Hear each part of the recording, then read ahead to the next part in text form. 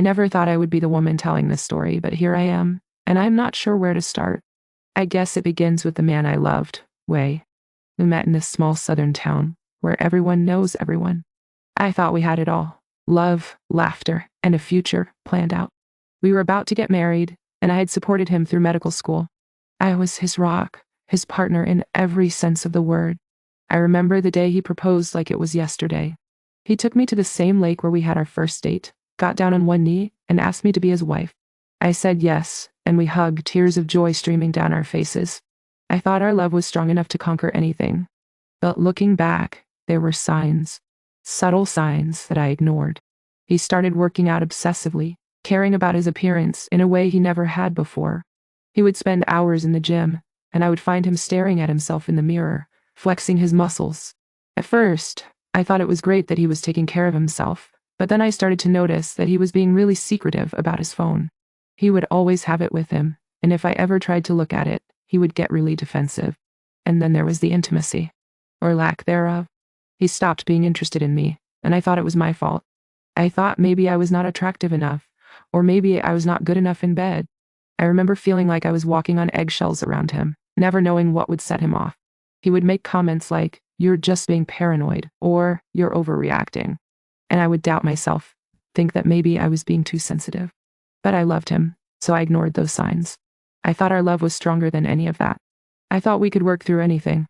And then, one day, he came home with a bouquet of expensive flowers for no reason.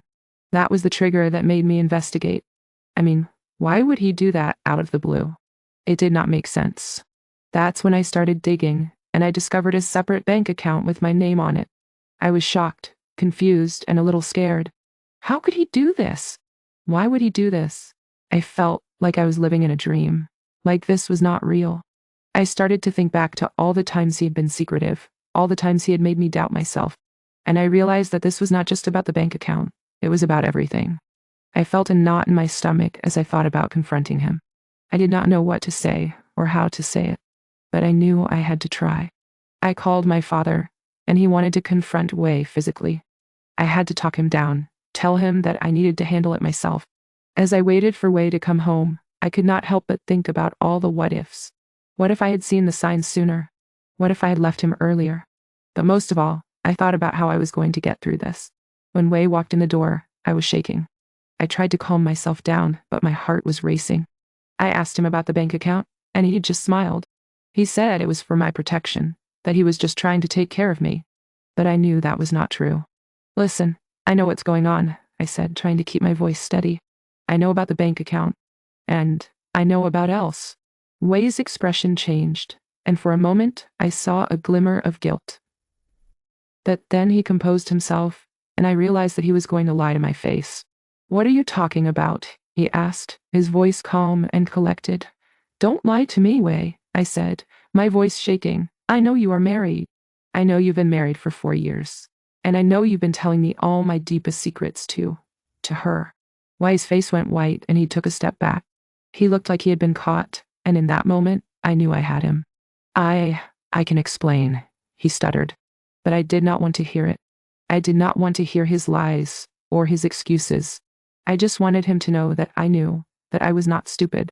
"You've been using me," I said, my voice cold. "You've been using me for 4 years, and I am done. I am done with you, and I am done with this lie."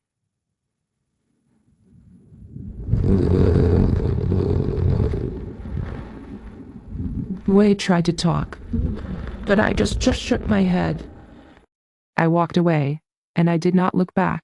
I knew I had to get out of there, to get out of this toxic relationship. As I look back on that day, I realized that it was the beginning of my journey. It was the beginning of my healing, my growth. It was the day I took back control of my life, and I started to rebuild. It's not easy, and it is not over. But I am stronger now, and I am more resilient. I know that I deserve better, and I am going to make sure I get it. Wei's brother reached out to me after everything went down. He was disgusted by his brother's behavior, and he apologized for his part in enabling him. It meant a lot to me, and it showed me that there were still good people in this world. My father, well, he is still my father. He's still a little angry, but he is working on it. He's trying to understand, and he is trying to support me. As for me, I am okay. I am still healing, but I'm okay. I am learning to trust myself, to trust my instincts. And I'm learning to love myself, to love my worth. It's a journey, and it is not easy. But I am doing it, and I am proud of myself. I am proud of the strong woman I am becoming. And as for Wei, I do not know what happened to him. I do not know if he is still with his wife or if he is moved on. But I do know that I am better off without him. I am better off without the lies, the manipulation, and the pain. I am free, and it feels amazing.